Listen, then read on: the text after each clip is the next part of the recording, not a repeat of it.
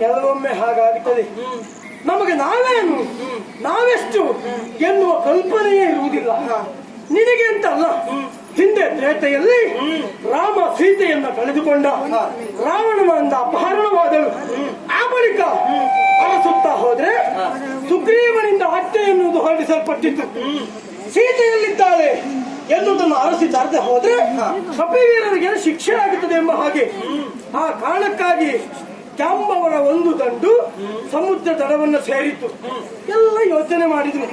ಶತಯೋಜನ ವಿಸ್ತೀರ್ಣವಾಗಿರುವಂತಹ ಸಮುದ್ರಕ್ಕೆ ಲಂಘಿಸುವವರು ಯಾರು? ಅವರವರೊಳಗೆ ಮಾತುಕತೆ ನಡಿ. ಸರಿ, ಜಾಂಬವರು ಹೇಳಿದ್ರಂತೆ, ನಾನು ಲಂಕೆಗೆ ಹೋದೆ, ತಿರುಗಿ ಬರ್ತೇನೆ ಎನ್ನುವ ವಿಶ್ವಾಸ ಇಲ್ಲ.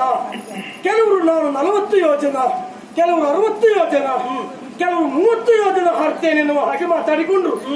ಆದ್ರೆ ಲಂಕೆಗೆ ಹೋಗಿ ತಿರುಗಿ ಬರುವ ಸಾಮರ್ಥ್ಯ ಇದ್ರೆ ಯಾರಿಗೆ ಎನ್ನುವ ಹಾಗೆ ಆಗ ಜಾಂಬವರು ಆಡಿದ್ರಂತೆ, ಹನುಮಂತನಿಂದ ಸಾಧ್ಯತೆ ಉಂಟು ಎಂಬ ಹಾಗೆ ಹೋಗಿ ಅವನಲ್ಲಿ ಹೇಳಿದ್ರಂತೆ, ನೀನು ಲಂಕೆಯನ್ನು ಸೇರಿ ಬಾ, ಕೊಂಕತೆ ಕೊನರದೆ ಲಂಕೆಯೊಳು ಸಿಲುಕತೆ ಪಂಕಜ ಮುಖಿ ಸೀತೆಯ ಅರಸಿ ತರುವರೆ ನೀನೇ ಕಲಿ ಹನುಮ, ನಮ್ಮವರಳು ನೀನೇ ಕಲಿ ಹನುಮ ಅಂತ ಹೇಳಿದ್ರಂತೆ.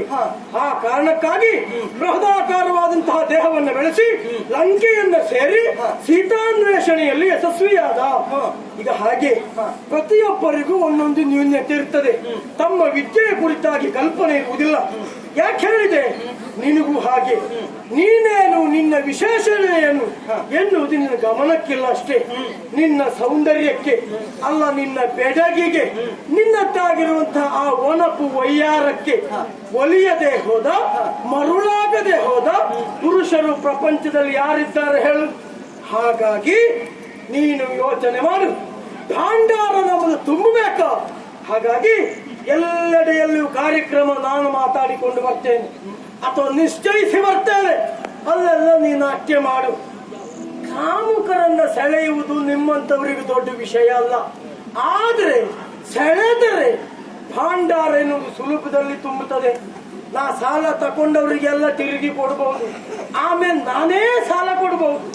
ಆ ಬಳಿಕ ನಿನಗೆ ಮದುವೆಯೋ ಬಿಡುಗಡೆಯೋ ನಾನು ನಿಶ್ಚಯ ಮಾಡ್ತೇನೆ. ಕುಣಿಯುವುದಕ್ಕೆ ಸಿದ್ಧ. ಕರಸಿ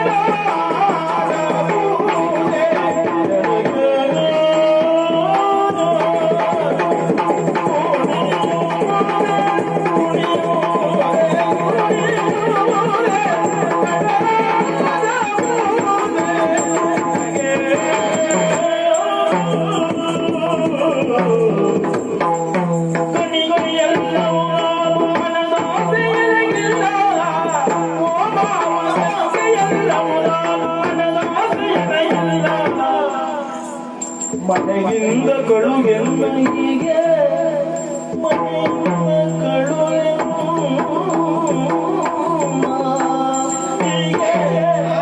ಮನೆಯಿಂದ ಕಳು ಎಲ್ಲ ಹೀಗೆ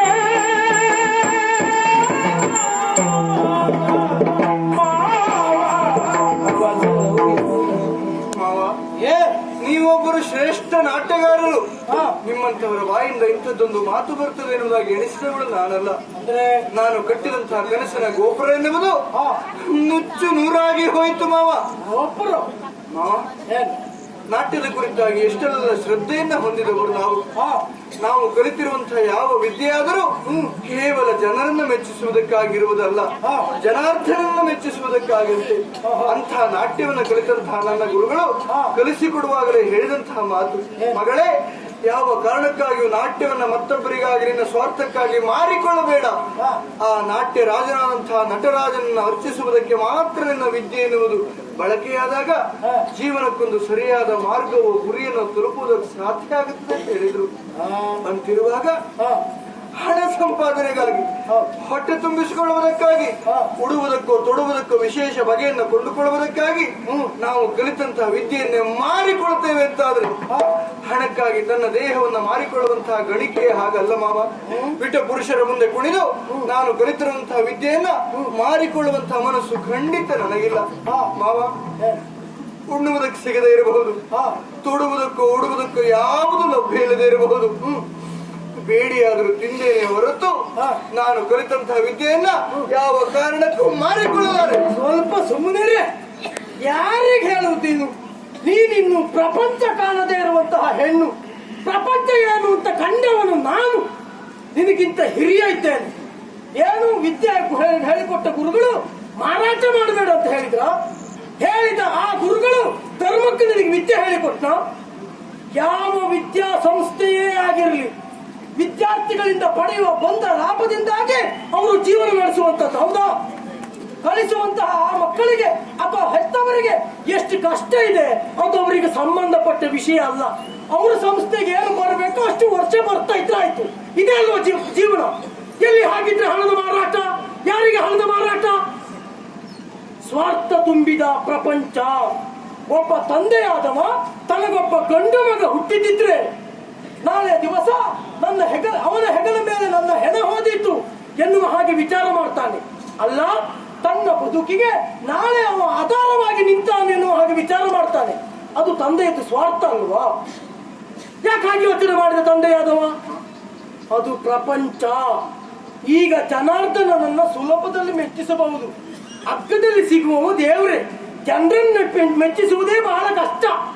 ಅದನ್ನು ನೀವು ಕಲ್ತೀಯ, ನೀವು ಉದ್ಧಾರ ಆಗ್ತೀವಿ ಅಂತ ಲೆಕ್ಕ ಅಷ್ಟೇ, ಮತ್ತೆಂಥದ್ದೂ ಇಲ್ಲ. ಅಲ್ಲದೆ ಹೋದ್ರೆ ಹಿಂದೊಬ್ಬ ಉಭಯ ಕುಲ ಬಿಲ್ಲಾಟ ನಡೆಸಿಕೊಂಡಿರುವಂತಹ ದ್ರೋಣಾಚಾರ್ಯ ತಾನು ಕಟ್ಟಿದ ಆಶ್ರಮವನ್ನು ಇರಿಸಿಕೊಂಡ, ತನಗೆ ವಿದ್ಯೆಯೇ ಶ್ರೇಷ್ಠ ಅಂತ ಬದುಕಿದ. ಹುಟ್ಟಿದ ಒಬ್ಬ ಮಗ ಅಶ್ವತ್ಥಾಮನಿಗೆ ಒಂದು ಬಿಂದು ಹಾಲನ್ನು ಕೊಡುವುದಕ್ಕೆ ಅವನ ವಿದ್ಯೆ ಅನುಕೂಲಕ್ಕೆ ಬಂದಿತ್ತ. ಕೊನೆಗೆ ಮಾಡಿದ್ದೇನು? ಆಶ್ರಮಕ್ಕೆ ಬೆಂಕಿ ಕೊಟ್ಟು ತಾನು ಪಡೆದ ಮಂತ್ರಾಸ್ತ್ರಗಳನ್ನೆಲ್ಲ ಹಿಡಿದು ತಂದು ಉಭಯ ಕುಲಕ್ಕೂ ಬಿಲ್ಲಾಜನಾಗಿ ಗುರುವಾಗಿ ನಿಂತ. ಶಾಪಾದಪಿ ಶರಾದಪಿಗಳನ್ನು ನೆನೆಸಿಕೊಂಡ. ಹೌದಾ? ಆ ಬಳಿಕ 500 ಗೋವುಗಳನ್ನು ಪಡೆದು ಹೈನುಗಾರಿಕೆಯಿಂದಾಗಿ ಅವನ ಬದುಕನ್ನು ಕಟ್ಟಿಕೊಂಡ. ಎಲ್ಲಿ ಹೋಯ್ತು ಅವನ ವಿದ್ಯೆಯ? ಯಾಕಾಗಿ ಬಂತು? ಅವನ ಜೀವನಕ್ಕಾಗಿ, ಕುಟುಂಬದ ಹೊಣೆಗಾಗಿ ವಿದ್ಯೆ ಎನ್ನುವುದು ಬಂತು. ಹೌದಾ? ನೀನು ಅದೇ ರೀತಿ ಬದುಕಬೇಕು ಎನ್ನುವ ಹಾಗೆ ಹೇಳ್ತಾ ಇದ್ದೇನೆ. ನಡ, ಇಷ್ಟರವರೆಗೆ ನಿನ್ನನ್ನು ನಾನು ಸಾಕಿದ್ದು ಸ್ವಾರ್ಥಕ್ಕಾಗಿಯೇ ಸಾಕಿದವ. ನನ್ನ ಬದುಕನ ನೆಲೆಯನ್ನ ಕಟ್ಟಿಕೊಳ್ಳುವುದಕ್ಕೆ ನಿನ್ನನ್ನು ಸಾಕಿದವ. ಈಗಲೂ ಹೇಳ್ತೇನೆ, ಇಷ್ಟರವರೆಗೆ ನಗುವ ಸಮಸ್ಯೆಯಲ್ಲಿರುವ ಚಂಚಲ ಚಿತ್ತ ನಿನ್ನ ಮಾವನನ್ನ ಕಂಡಿದ್ದಿ, ಒಳಗಿರುವ ರಾಕ್ಷಸ ಮಾವನನ್ನು ನೀ ಕಂಡಿಲ್ಲ. ನನ್ನೊಳಗಿನ ತಾಳ್ಮೆ ಕೆಟ್ಟರೆ ನಾ ಎಂತಹ ದಾನವನಾಗುವುದಕ್ಕೂ ಸಿದ್ಧನಿದ್ದೇನೆ. ಕುಣಿಯಲೇಬೇಕು. ನನಗೊಂದು ತುತ್ತು ಊಟವನ್ನು ಕೊಡುವುದಕ್ಕೆ ನಿಮಗೆ ಕಷ್ಟ ಆಗುತ್ತದೆ ಅಂತಾದ್ರೆ ನನ್ನನ್ನು ಮನೆಯಿಂದ ಹೊರಕಳುಹಿಬಿಡಿ ಮಾವ. ನನ್ನ ಮನಕ್ಕೊಪ್ಪದ ಕಾರ್ಯವನ್ನ ಯಾವ ಕಾರಣಕ್ಕಾಗಿಯೂ ಮಾಡಲಾರೆ.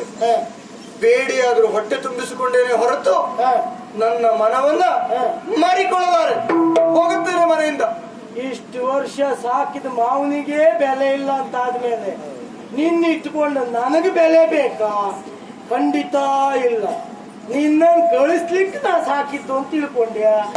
ಬೇಡ್ತೀಯ, ಬೇಡಿದ್ರು ಹೋಗುದು ನನ್ನ ಮರ್ಯಾದೆಯೇ. ಆ ಮಾವನಿಗೆ ಇವಳನ್ನು ಬೇಡುವುದಕ್ಕೆ ಬದುಕಿಸಿದ್ದ. ಇದು ಬೇಡ, ಹೋಗಬೇಕು. ಎಂತದ್ದು ಮಾನವ? ಮೂಗು ಮುಖ ಅಡಿಯಾಗಿ ಬಿದ್ರು ಮೂಗು ಮಣ್ಣಾಗಿ ಇಲ್ಲ ಅನ್ನುವ ಜಾತಿ ನಾನು. ಮರ್ಯಾದೆ ಬಿಟ್ಟು ವ್ಯವಹಾರ ಮಾಡ್ತೇನಾ? ಕುಣಿತೀಯ ಇಲ್ವೋ? ಇಲ್ಲ. ಕುಣಿಯುವುದಿಲ್ಲ?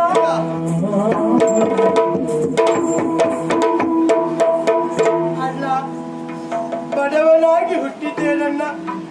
ಪ್ರೀತಿಯಿಂದ ಸಾಕಿದ ಈ ಹೆಣ್ಣನ್ನು ಸಾಕುವುದಕ್ಕೆ ಕಷ್ಟವಾಗಿ ನಿಂತಿದ್ದೇನನ್ನ. ಯಾರಾದ್ರೂ ಇವಳನ್ನ ಕೊಂಡುಕೊಳ್ಳಿ ಅಣ್ಣ.